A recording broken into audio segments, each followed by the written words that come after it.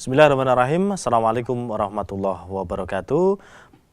Pemirsa MTA TV dimanapun Anda berada, syukur alhamdulillah di kesempatan yang berbahagia ini Allah Subhanahu wa Ta'ala kembali melimpahkan karunia-Nya kepada kita semuanya. Mudah-mudahan kabar baik, sehat tentu akan senantiasa membersama kita, membersamai Anda dalam program Risalah Hadis hingga nanti pukul 5 sore. Untuk Anda yang bergabung bersama kami, silahkan di line telepon 0271 661 749 atau di SMS 081 393 809.000. Dan alhamdulillah telah hadir narasumber bersama kami. Sore hari ini ada beliau Ustadz Mas Dugi, kita sapa. Assalamualaikum warahmatullahi wabarakatuh, Ustadz. Waalaikumsalam warahmatullahi wabarakatuh. Kabar baik, Ustadz? Alhamdulillah. Sehat juga baik, tentu ya. Ya. Saudara pendengar dan pemirsa dimanapun Anda berada, untuk Anda yang ingin bergabung bersama kami, silakan Anda dapat mempersiapkan di line telepon 0271661749 atau di SMS 081393809000. Baik, sebagai mukadimahnya kita akan dengarkan bersama paparan dari beliau Ustadz Mas Dugi. Silakan, Ustadz. Alhamdulillahirabbil alamin. Nahmaduhu wa nasta'inuhu wa nastaghfiruh. Wa na'udzu billahi min shururi anfusina wa min sayyiati a'malina. May yahdihillahu fala mudhillalah wa may yudlil fala hadiyalah. Asyhadu an la ilaha illallah wa la syarikalah wa asyhadu anna Muhammadan abduhu wa rasuluh. Allahumma shalli wa sallim wa barik ala Muhammad wa ala alihi wa sahbihi ajmain. Kaum muslimin muslimat, para pemirsa MTA TV rahimakumullah, dan juga para pendengar Radio Persada FM, Radio MTA FM rahimakumullah di mana saja berada. Alhamdulillah dengan curahan rahmat dan nikmat dari Allah SWT kita bisa berjumpa lagi dalam acara Risalah Hadis pada sore hari ini. Kaum muslimin rahimakumullah, Allah SWT berfirman dalam surat Al-Isra ayat 9 dan 10. A'udzubillahi minasyaitonirrajim. Inna hadzal Qur'ana yahdi lillati hiya aqwamu wa yubasyirul mu'minin alladzina ya'maluna shalihati annalahum ajran kabira wa annal ladzina la yu'minuna bil akhirati a'tadna lahum adzaban alima. Inna hadzal Qur'an, sungguhnya Al-Qur'an ini yahdi, memberikan petunjuk lillati hiya aqwamu, pada jalan yang paling lurus, wa yubasyirul mu'minin, dan memberikan kabar gembira pada orang-orang mukmin, alladzina ya'maluna shalihat, orang-orang yang beriman dan mengerjakan amal-amal soleh, annalahum ajran kabira, bahasanya bagi mereka itu akan mendapatkan ajran kabira, pahala yang sangat besar, yaitu surga di akhirat kelak. Wa annal ladzina la yu'minuna bil akhirati, adapun orang-orang yang tidak percaya kepada kehidupan akhirat, a'tadna lahum adzaban alima, kami sediakan untuk mereka itu siksa yang sangat menyakitkan, yaitu siksa neraka. Kaum muslimin rahimakumullah, ayat 9 surat Al-Isra ini dengan tegas Allah SWT memberitahukan pada kita, inna hadzal Qur'an, sungguhnya Al-Qur'an ini yahdi lillati hiya aqwamu, memberikan petunjuk kepada jalan yang paling lurus. Tidak ada yang lebih baik daripada Al-Quran, karena Al-Quran itu adalah wahyu dari Allah SWT, bukan hasil karya manusia, bukan dari pemikiran manusia, tapi adalah petunjuk dari Allah SWT yang menciptakan manusia, yang menciptakan langit dan bumi dan segala isinya ini. Dan tentu Al-Quran ini tidak ada bandingannya. Kalau dibandingkan dengan hasil pemikiran manusia, tentu bukan bandingannya. Karena manusia itu adalah makhluk, sedangkan Allah itu adalah Khalik yang menciptakan. Maka tinggal kita mau apa tidak dituntun dengan Al-Quran itu. Kita yang telah mengaku beriman, mengaku Islam, mau apa tidak dituntun dengan Al-Quran itu. Sudah jelas Al-Quran itu memberikan jalan, memberikan petunjuk pada jalan yang paling lurus. Dulu sebelum diturunkan Al-Quran, bangsa Arab itu saling berperang satu dengan yang lain, mudah disulut dengan perkelahian. Tapi dengan turunkannya Al-Quran, diutusnya Nabi kita Muhammad SAW, lalu mereka itu beriman pada Allah, beriman pada Rasulullah, beriman pada Al-Quran dan mengamalkan Al-Quran, akhirnya mereka yang saling bertengkar, berperang yang sudah lama sejak dari nenek moyangnya, akhirnya menjadi bersaudara. Bagaimana Allah juga ungkapkan dalam surat Ali Imran ayat 103, wa'tasimu bihablillahi jami'an wala tafarraqu. Berpegang teguhlah kamu sekalian dengan tali Allah semuanya. Wala tafarraqu, dan janganlah kalian itu bercerai-berai, bertengkar, berperang. Wadhkuru, dan ingatlah nikmatullah alaikum, kenikmatan dari Allah yang diberikan pada kalian. Id kuntum a'daan.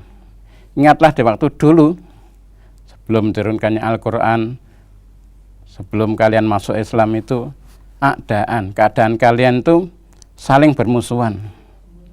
Suku Aus dan suku Khazraj sejak nenek moyangnya itu saling bermusuhan, berperang.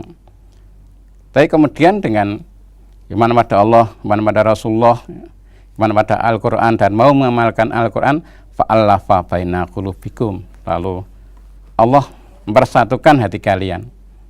Fasbahtum binikmatihi ikhwana, lalu kalian itu dengan nikmat Allah menjadi bersaudara, satu dengan yang lain itu bersaudara. Yang tadinya sebelum mengikuti Al-Quran itu saling bertengkar, bermusuhan, tapi setelah mengikuti Al-Quran saling bersaudara, saling tolong-menolong, tidak saling menjatuhkan, tidak saling berbuat kezaliman, tapi adalah saling tolong-menolong bagaimana saudara. Wa kuntum ala safa kufratin, dan dulu keadaan kalian itu sudah ada di tepi jurang neraka, ala safa kufratin nanar. Wa kuntum, dan keadaan kalian waktu dulu sebelum itu belum masuk Islam itu ala safa kufratin, ala itu pada safa kufratin nanar, sudah di tepi jurang neraka, sudah di lambe jurang neraka. Kalau di tempat kita ada istilahnya lambe sumur, sudah di tepi jurang neraka. Artinya kalau kamu mati pada saat itu, kamu sudah masuk neraka. Tapi dengan nikmat Allah, kemudian kalian masuk Islam, fa'anqadzakum minha, maka Allah menyelamatkan kalian minha, dari neraka itu. Itu karena beriman pada Allah, beriman pada Rasulnya, mengikuti petunjuk Allah, mempelajari Al-Quran dan mengamalkannya itu. Maka umat Islam sekarang pun sebenarnya juga demikian. Kalau mau kembali kepada Al-Quran, tentu akan menjadi bersaudara, tidak saling bermusuhan, bertengkar, ya, tidak saling fitnah, tapi saling bersaudara. Kadzalika, demikianlah yubayyinullahu lakum ayatihi, Allah menerangkan pada kamu sekalian ayat-ayatnya, la'alakum tahtadun, agar supaya kalian mendapat petunjuk. Allah sudah menjelaskan, menerangkan, tinggal kita mau mengamalkan atau tidak. Kalau kita mau mengamalkan, berarti kita mendapat petunjuk. Kalau kita tidak mau mengamalkan, ya berarti kita tetap tidak dapat petunjuk. Walaupun Al-Quran itu ya, memang sebenarnya diturunkan untuk semua manusia. Hudal linnasi wa bayyinatin minal huda wal furqan, dalam Al-Baqarah 185. Al-Quran itu petunjuk untuk seluruh manusia. Wa bayyinati, dan penjelasan-penjelasan minal huda wal furqan, dari petunjuk, dan Al-Furqan, Al-Quran itu pembeda antara yang hak dan yang batil. Itulah, tinggal kembali pada kita ini, bagaimana kita mensikapinya. Kita setelah mengaku sebagai orang Islam, mengaku orang yang beriman, sungguh ajaran Al-Quran, jalan yang ditunjukkan Allah itu sudah paling bagus, tidak ada lebih bagus daripada petunjuk Allah itu. Inna hadzal Qur'an yahdi lillati hiya aqwam wa yubashshirul mu'minin, dan memberikan kabar gembira bagi orang-orang yang beriman.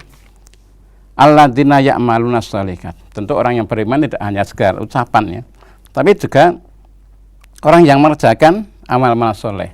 Artinya juga beriman pada Allah, beriman pada Rasulnya, beriman pada kitab-kitabnya, pada Al-Quran, juga dengan konsekuensinya. Ngaku sebagai orang Islam tentu akan pelajari taat pada Allah dan Rasulnya. Yang namanya taat adalah menjalankan perintah-perintahnya dan menjauhi larang-larangannya. Nah, kalau orang Islam demikian ya, orang-orang betul-betul alladzina ya'maluna shalihat, mengerjakan amal-amal soleh, ya, tentu yang demikian itu menjadi umat yang sangat bagus.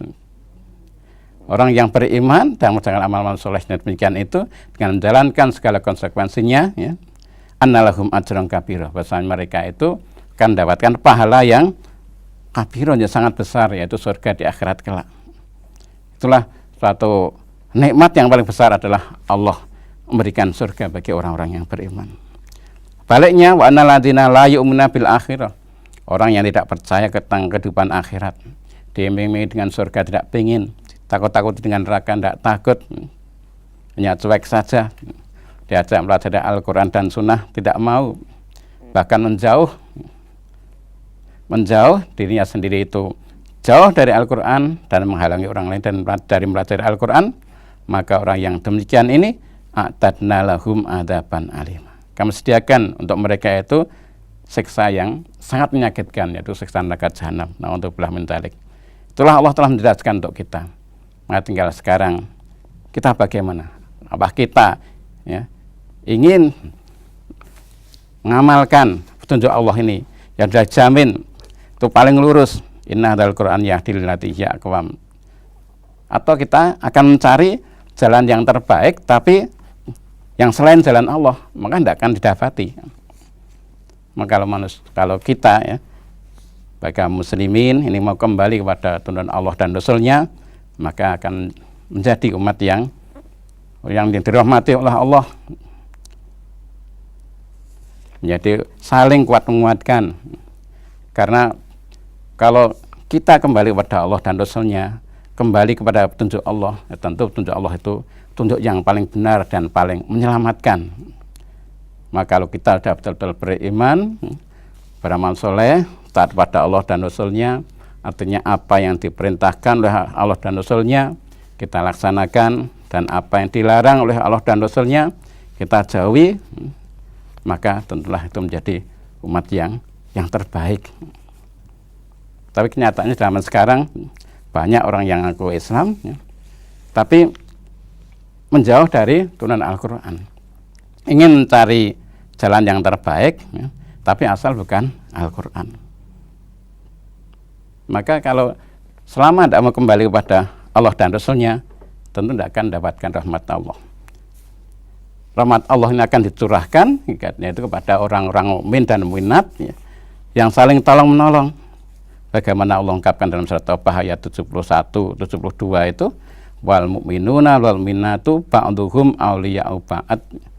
Orang-orang mukmin laki-laki dan orang-orang mukmin perempuan, sebagian mereka itu adalah menjadi penolong sebagian yang lain. Tidak saling menjatuhkan, tidak saling memfitnah, mencaci dan sebagainya. Hal yang demikian itu dilarang oleh Allah. Dalam surat Al-Hujurat itu sudah jelas dan tidak boleh menghina, berolok-olok satu dengan yang lain demikian. Ya'muruna bil ma'ruf wa yanhauna 'anil munkar. Orang-orang mukmin itu menyeru, mengajak hal yang baik, yang ma'ruf, dan mencegah dari yang mungkar. Wa yuqimuna shalah, dan mereka mendirikan salat, wa yu'tuna zakah, dan memberikan zakat, wa yuti'unallaha wa rasulah, dan mereka taat pada Allah dan Rasulnya. Tentu kalau Allah sudah beritahukan bahwasanya Al-Quran jalan yang paling lurus, maka tentu sebagai orang yang taat tentu kan betul-betul percaya mau kembali pada Al-Quran dan Sunnah. Ulaika, pada mereka itu sayarhamuhumullah, Allah akan mencurahkan rahmatnya pada mereka. Innallaha azizun hakim, sesungguhnya Allah Maha perkasa lagi Maha bijaksana. Dan kebijaksanaan Allah itu Allah mencurahkan rahmatnya kepada orang-orang yang saling tolong menolong, saling berbuat kebaikan itu.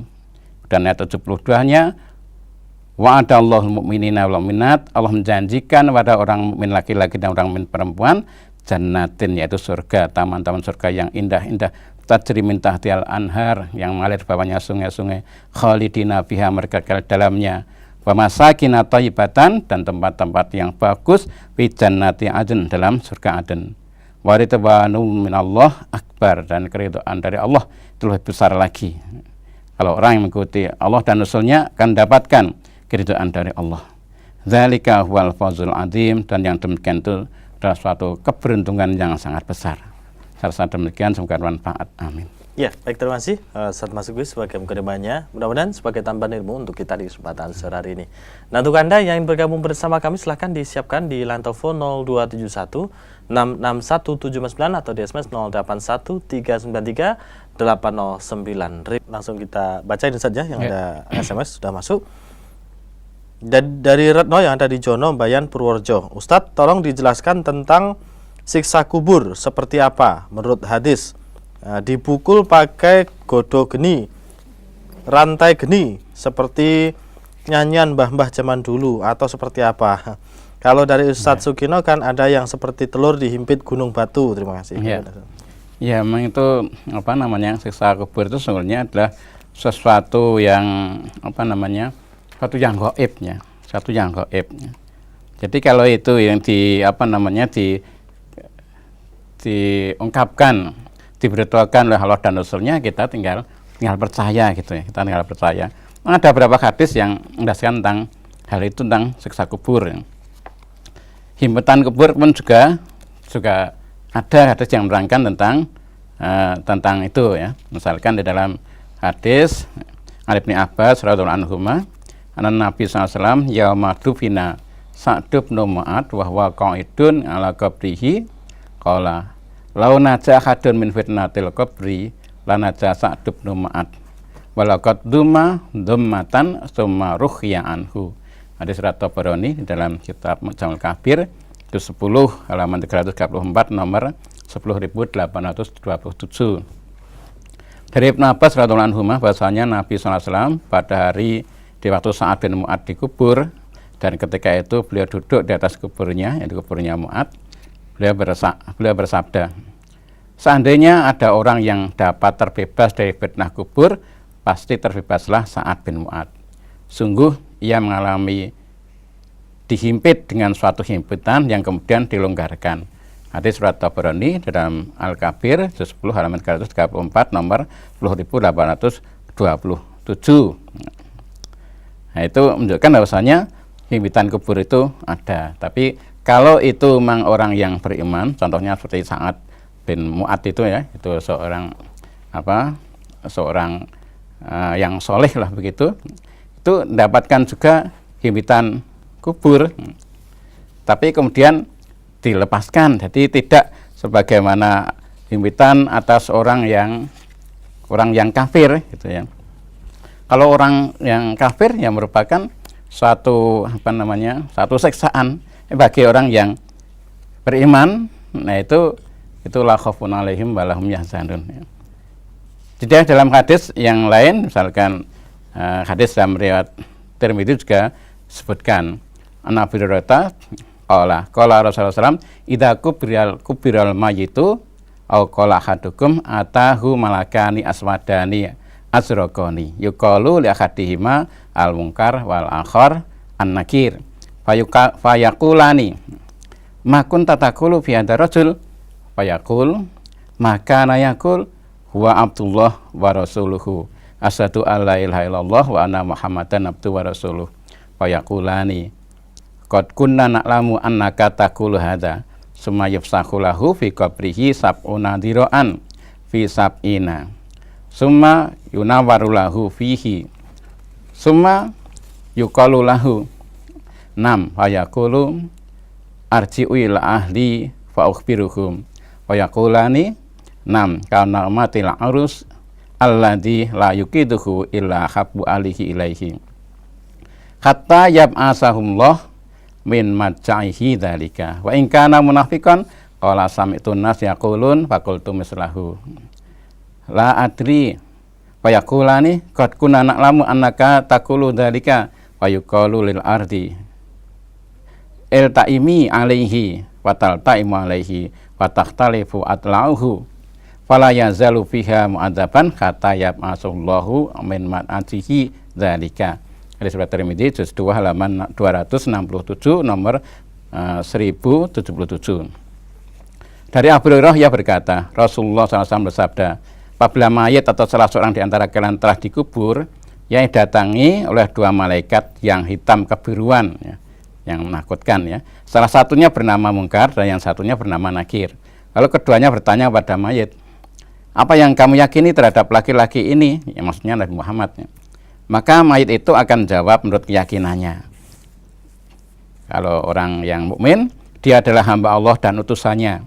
Aku bersaksi bahwa tidak ada Tuhan selain Allah dan bahwasanya Nabi Muhammad adalah hamba dan utusannya. Maka kedua malaikat itu lalu mengatakan, sungguh kami sudah tahu bahwa kamu akan mengatakan begitu. Kemudian dilapangkan kuburnya sejauh 70 hasta berkeliling, ya. Kanan kiri 70 hasta, ya. Kemudian diterangi untuknya, menjadi terang keadaannya.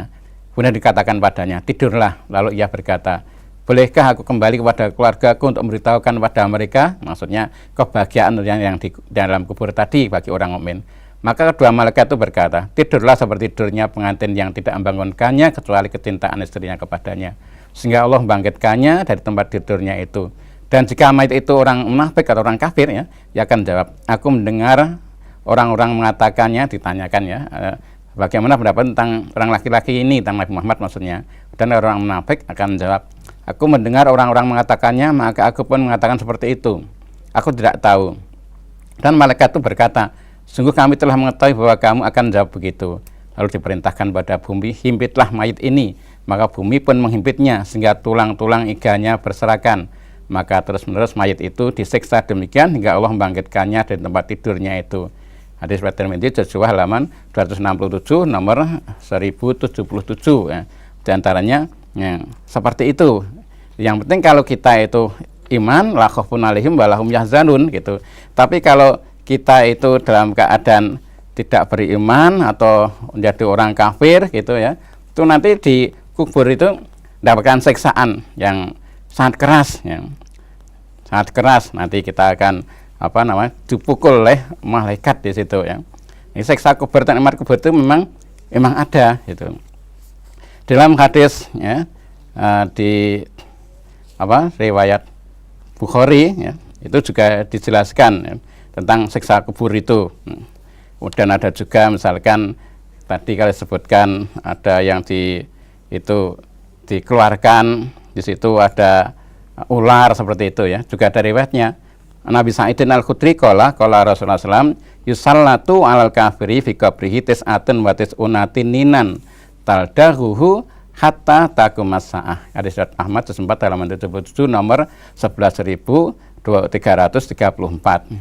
Dari Abu Sa'id Al-Khudri ia berkata, Rasulullah SAW bersabda, dilepaskan untuk siksa orang kafir di dalam kuburnya 99 ular matok atau menggigit dia hingga hari kiamat. Hadis riwayat Ahmad 4 halaman 77 nomor 11.334. Nah, kemudian juga ada lagi yang disiksa dengan dengan bermacam-macam, ya, dengan siksa. Yang penting bagi kita adalah kalau kita itu dalam keadaan mati dalam keadaan Islam, ya, iman, takwa kepada Allah, maka tidak ada kekhawatiran di situ, ya. Tapi kalau memang kita, ya, akhir hayat kita itu tidak beriman, ya, maka di situ kita akan sengsara. Maka yang penting keimanan kita itu, keimanan kita, ya. Keimanan kita pada Allah, ya, maka setiap Jumat selalu nasihatkan oleh para khatib, ya ayyuhalladzina amanu, hei orang-orang yang beriman, ittaqullah, bertakwalah kamu sekalian kepada Allah haqqa tuqatihi, ya, dengan sebenar-benarnya takwa kepadanya. Wala tamutunna illa wa antum muslimun, dan jangan sekali-kali kamu sekalian itu mati, ya, melainkan dalam keadaan menjadi orang Islam yang sebenarnya, gitu. Banyak hadis atau riwayat yang menunjukkan adanya siksa kubur itu, ya. Ada yang menunjukkan siksa kubur itu, ya. Kalau kita mati dalam keadaan mukmin, ya, muslim, walaupun nanti itu kita ditanya oleh malaikat, kita bisa jawab dengan baik. Saya bacakan satu lagi aja dari hadis riwayat Anas, ya. An Anas bin Malik radhiyallahu anhu annahu haddatsahum anna Rasulullah sallallahu alaihi wasallam qala innal abda idza wudi'a fi qabrihi wa tawalla anhu ashabuhu wa innahu la yasma'u qur'ani alihim atahu malakani fayuqidanihi wa yaqulani ma kunta taqul fi hadzal rajul, maksudnya li Muhammadin sallallahu alaihi wasallam. Fa amal mukmin, adapun orang mukmin, fayaqulu asyhadu annahu abdullah wa rasuluhu wa yuqalu lahu undur ila baqatika minan nar qad abdalakallahu bihi maq'adan minal jannah wa yarahuma jami'an. Qala wa amal munafiqu wal kafiru fa yuqalu lahu ma kunta taqul fi hadzal rajul wa yaqulu la adri kuntu aqulu ma yaqulun nas wa yuqalu la daraita wa la talaita wa yudrabu bima tariqa min hadidin darbatan wa yasihu sayhatan yasmauha man yalihi ghaira saqalaini. Di surat Bukhari juz 2 halaman 102.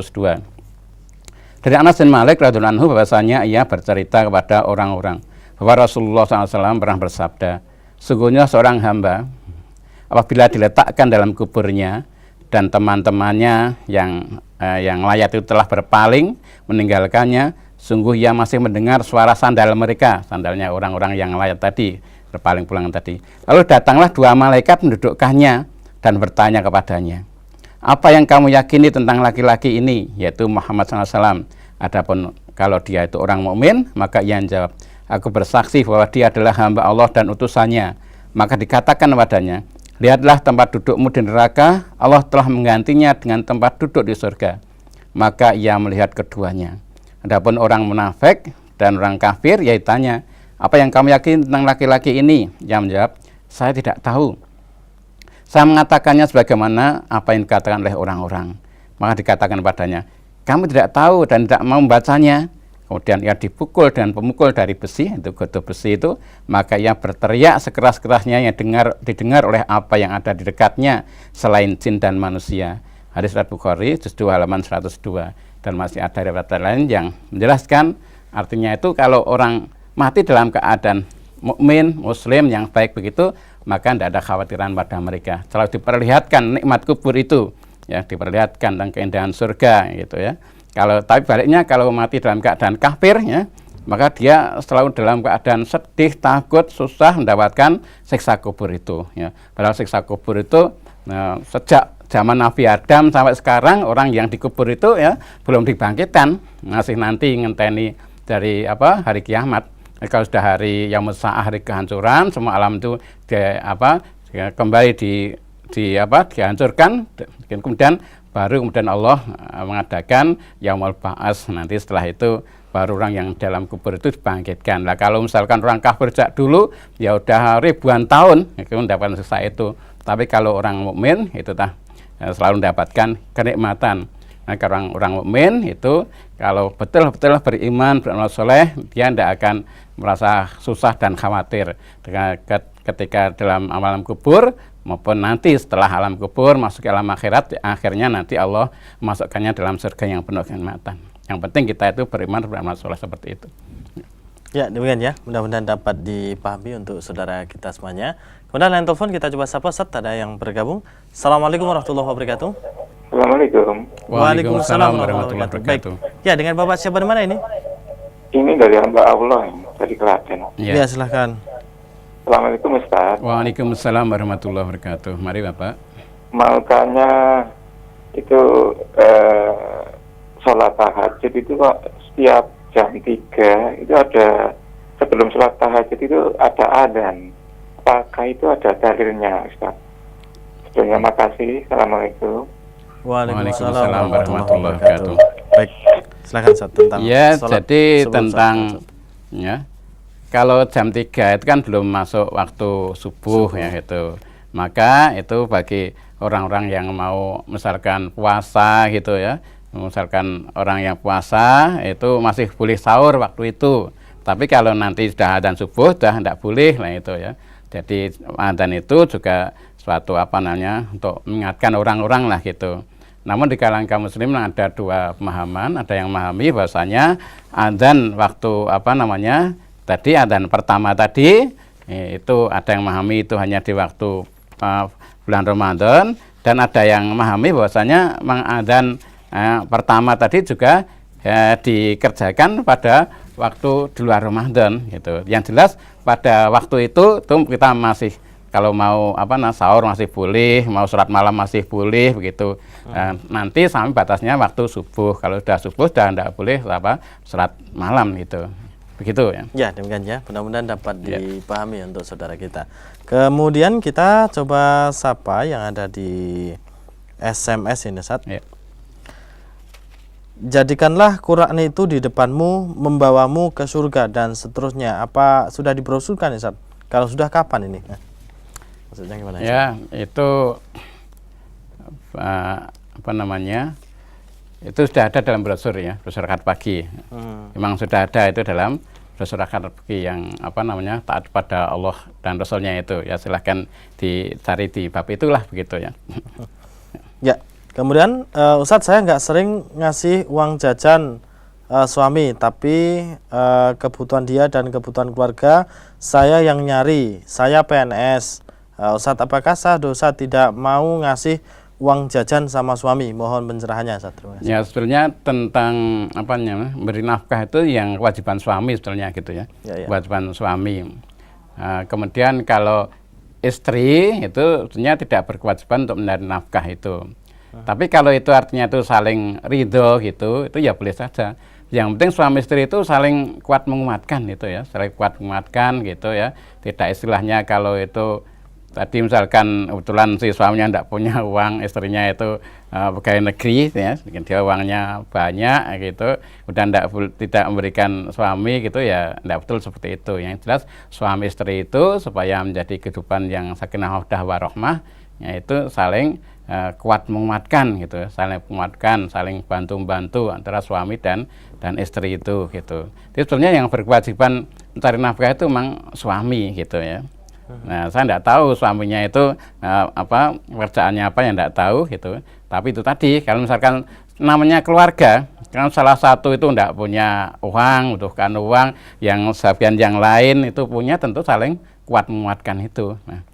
Nah begitu ya. Jadi kalau itu saling kuat menguatkan suami istri gitu ya. Suami istri itu ibaratnya seperti pakaian ya.